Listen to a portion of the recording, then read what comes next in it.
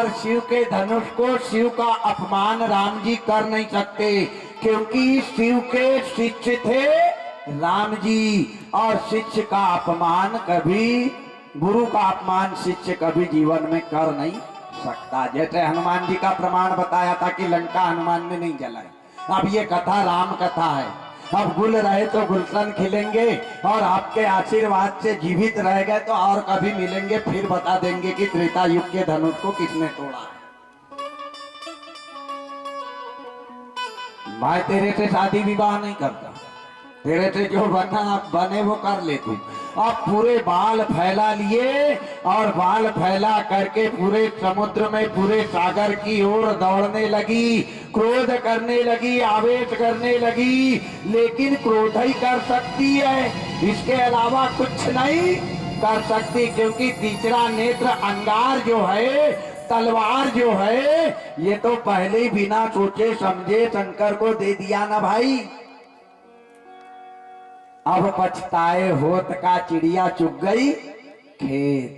पक्षियों ने पूरी फसल को खाके बर्बाद कर दिया, और उसके बाद में गोफन घुमाओगे तो कोई मतलब निकलेगा क्या?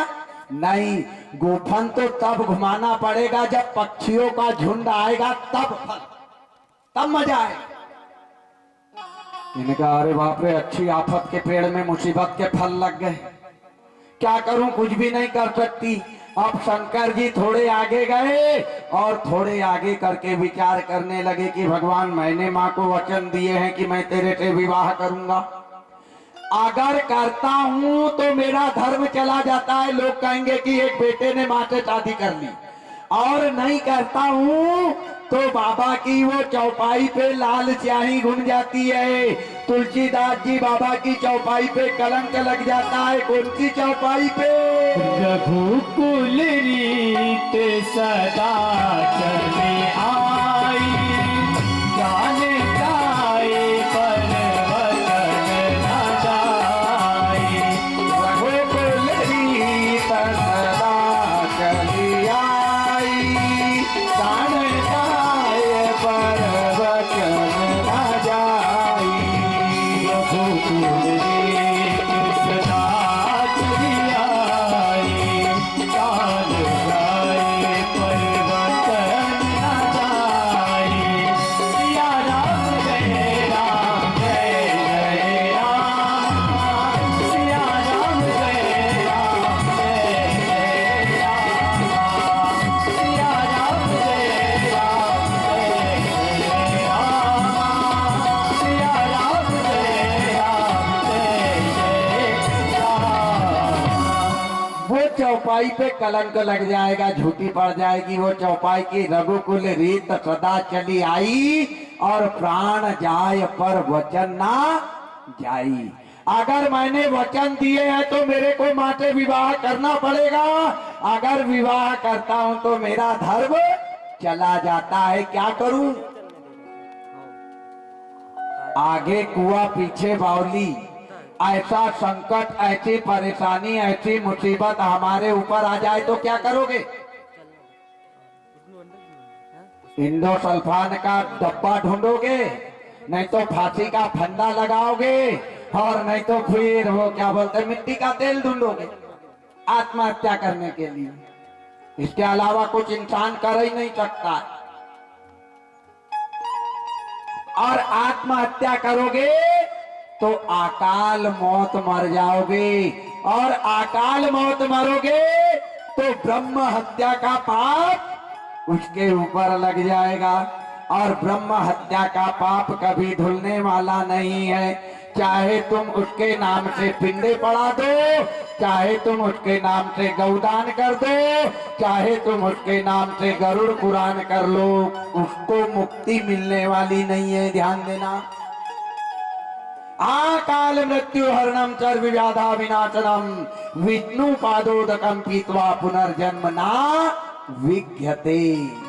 अकाल मौत वाले को मेरे भाई मुक्ति नहीं। अच्छा, अकाल मौत किसको कहते हैं?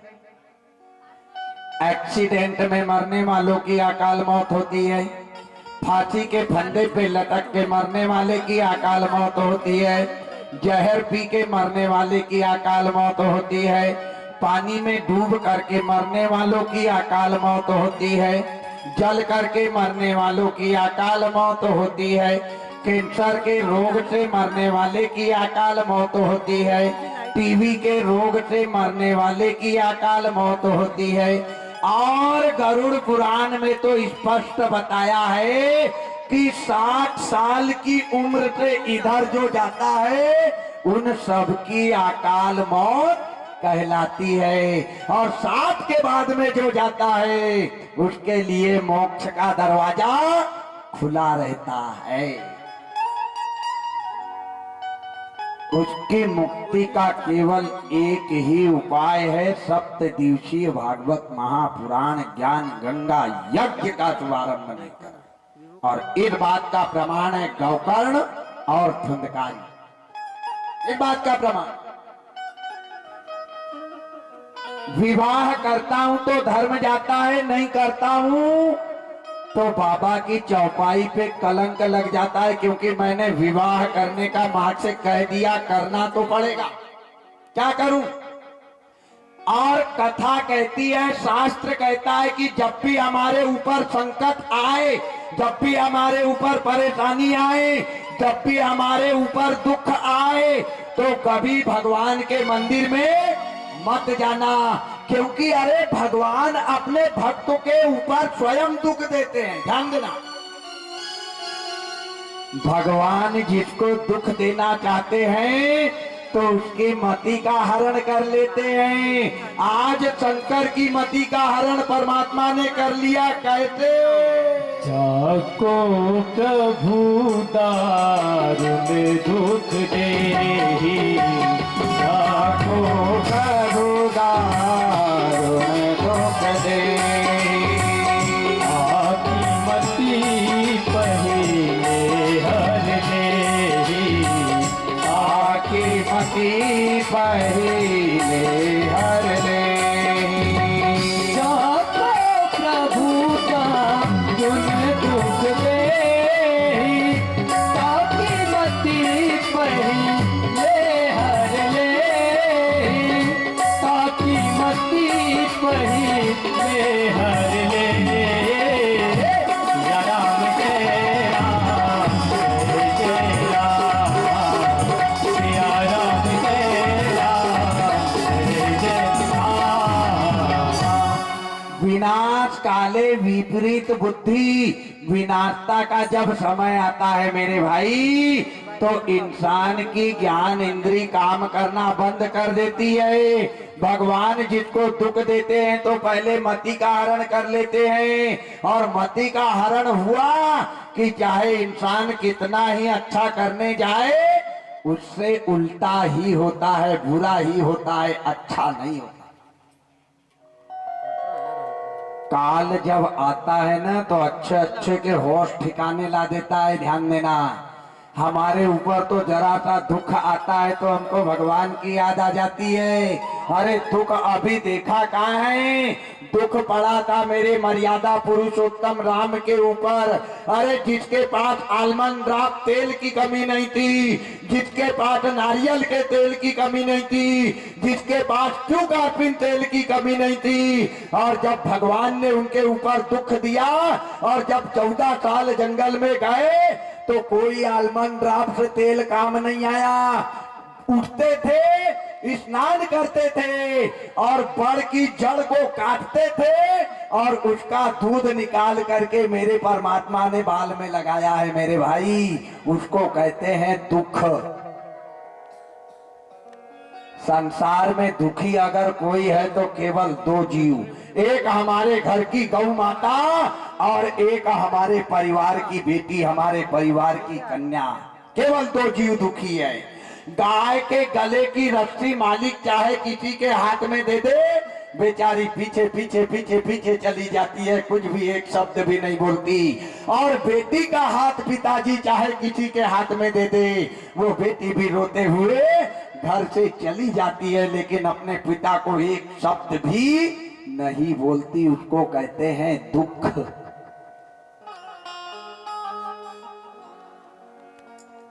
हमारे ऊपर दुख आता है तो हम गंगा में नहाने चले जाते हैं। लोग कहते हैं पापियों के नहाने से पाप धुल जाते हैं। कुछ लोग गंगा सप्तमी के दिन जाते हैं, ध्यान देना। चलो मान लिया गंगा में नहाने से हमारे पाप धुल जाते हैं। मैं पापी हूं, मैंने गंगा में नहाया, मेरा पाप गंगा में चला गया। अब ऐसे कई पापी गंगा में आके नहाते हैं, तो वो गंगा के ऊपर जब पाप का बोझ बढ़ जाता है तो वो गंगा भी तो कहीं ना कहीं अपने पाप धोती होगी ना भाई।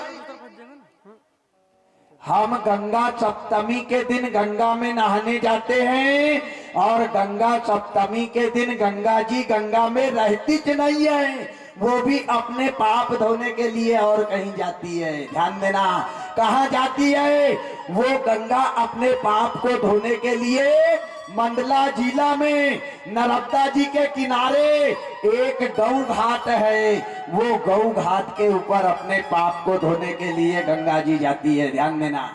और हम गंगा सप्तमी के दिन गंगा जी जा रहे हैं, पाप धुलने वाले नहीं।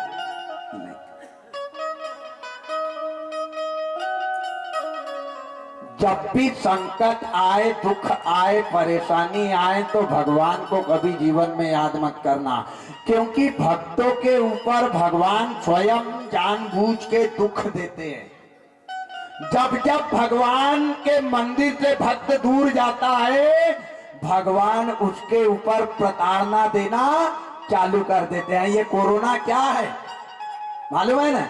ये एक पिक्चर का ट्रेलर है। फिल्म चालू होने के पहले ट्रेलर आता है, एक ही ट्रेलर में इंसान के होश ठिकाने ला दिए। ध्यान देना, फिल्म अभी बाकी है, और जिस दिन फिल्म बाकी है चालू हो जाएगी ना तो नानी याद आ जाएगी। सबको जोड़ दिया भगवान से, सबको।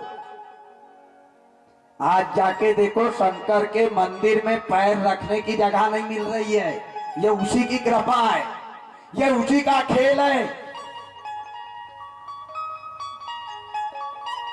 जब त्रेता युग के धनुष को भगवान ने भंग किया तो लड़ाई 2 की नहीं हुई, 4 की हुई है। ध्यान देना, एक लक्ष्मण और परशुराम की तो हुई है, दूसरी किसकी हुई? लकड़ी और रस्सी की। ध्यान देना, धनुष काहे का था? लकड़ी और रस्सी का। जब भगवान ने धनुष को तोड़ के 2 टुकड़े कर दिए तो लकड़ी कहने लगी रस्सी से कि अरे रस्सी, तूने ऐसा कौन सा भगवान के ऊपर उपकार किया, तूने ऐसे कौन से अच्छे कर्म किए जो भगवान ने तेरे को तोड़ा नहीं और मेरे को एक पल में तोड़ के 2 टुकड़ा बना दिया? तो रस्सी कहने लगी बहन, मैंने कोई उपकार नहीं किए और ना ही मैंने कोई अच्छे कर्म किए। बोले फिर तेरे को भगवान ने तोड़ा क्यों नहीं? बोले फर्क बस इतना था कि भगवान ने हमारे को जब हाथों में उठाया और उठा करके जब चाप चढ़ाया तो रस्सी कह रही लकड़ी से जब चाप चढ़ाया तो मैं उनके हृदय के तरफ जा रही थी और लकड़ी तू उनके हृदय से दूर जा रही थी। और जो भगवान के हृदय से, भगवान के मंदिर से दूर जाता है, भगवान उसको लकड़ी के जैसे तोड़ के 2 टुकड़े कर देते हैं। तो हमेशा भगवान के पास में रहना, भगवान से कभी दूर मत जाना। और भगवान से दूर गए कि ये कोरोना जैसी महामारी आई। क्या करूं? संकट आ पड़ा शंकर के ऊपर, और संकट आ पड़ा तो शंकर ने पूरी दुनियादारी को भूल गए। कथा से यही शिक्षा मिलती है कि जब भी संकट आए, दुख आए तो पूरी दुनियादारी को प्यारे भूल जाना। लेकिन संकट के समय, परेशानी के समय, मुसीबत के समय और दुख के समय ये 4 चीजों को कभी मत भूलना। कौन सी 4 चीजों को? धीरज धर्म में अरुणारे आपतकाल अवतारी। धीरज धर्म में अरुणारी आपतकाल अवतारी। धीरज धर्म में अरुणारी आपतकाल परत अवतारी।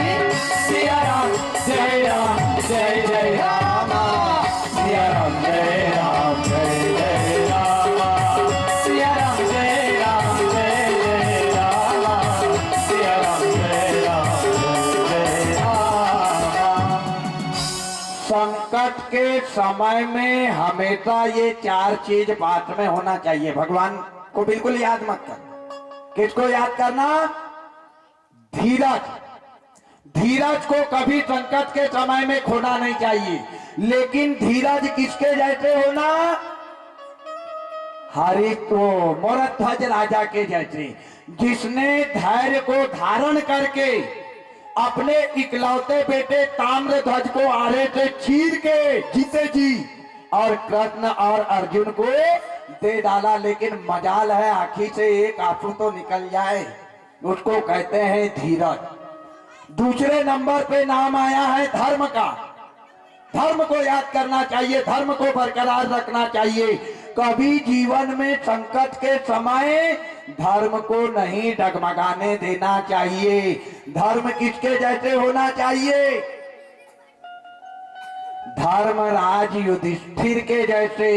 अरे जिसने अपनी हथेली के ऊपर आम का पेड़ उगा लिया और आम का पेड़ उगा करके उसमें फल लगा करके वो आम के फल को पका करके दुर्वासा ऋषि को उसका रस पान कराया है, रस पिलाया है, उसको कहते हैं धर्म। महाभारत की कथा है, सुनी होगी आप।